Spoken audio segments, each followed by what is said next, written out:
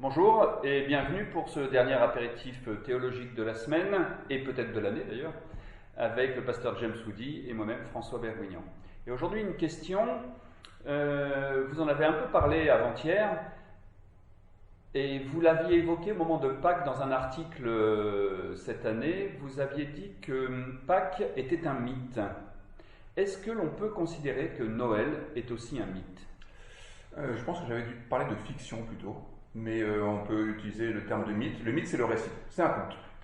Parce que le mythe, quand on parle de mythe, on pense évidemment aux mythes grecs, donc des choses qui ne sont pas arrivées, qui sont des histoires qui illustrent quelque chose.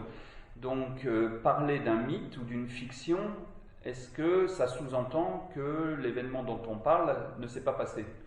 Alors, ce que je remettrai en cause, c'est le terme illustré. Je pense que ce sont des récits, mais qui ne sont pas là pour illustrer, ils sont là pour dévoiler, ils sont là pour mettre en lumière, ils sont là pour révéler ce qui n'est pas visible à l'œil nu. Vous voyez, quand on veut parler de la liberté, de l'amour, eh bien, on ne peut pas mettre l'amour ou la liberté sous un microscope, ça ne se voit pas. Par contre, on peut en raconter les effets, on peut en raconter les circonstances, on peut en raconter les puissances, les promesses. Le mythe fait cela. Le mythe, c'est un récit qui n'a peut-être pas vocation à raconter les choses telles qu'elles se sont passées, mais telles qu'elles peuvent se passer, telles qu'elles se passent. C'est-à-dire que ça donne un caractère universel.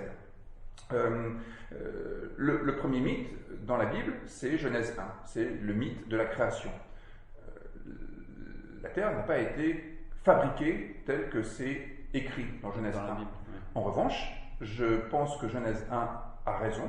À chaque fois que nous voulons créer un environnement vivable, il faut s'y prendre comme Dieu s'y est pris, c'est-à-dire avec quelques paroles qui font surgir les différents éléments. Moi, je prends toujours l'exemple de la chambre de mes adolescents.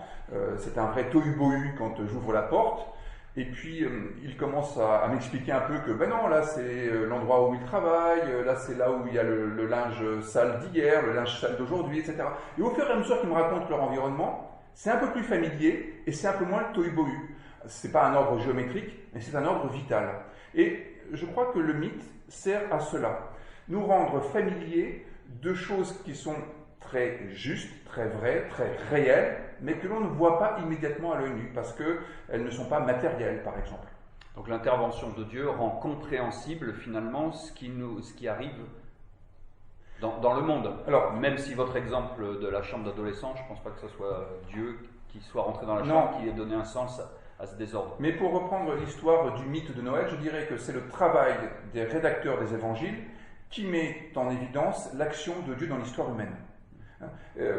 Dieu agit, Dieu insiste, pour reprendre la formule de Caputo, Dieu intervient dans l'histoire de l'homme, et il y a quelques personnes qui sont sensibles au réel, qui peuvent le repérer. Les poètes le font admirablement bien, je pense. Les poètes sont capables de voir les forces invisibles, les puissances invisibles qui sont à l'œuvre dans notre monde, pour en rendre compte, et que nous puissions choisir celles qui correspondent au sens que l'on veut donner à l'histoire.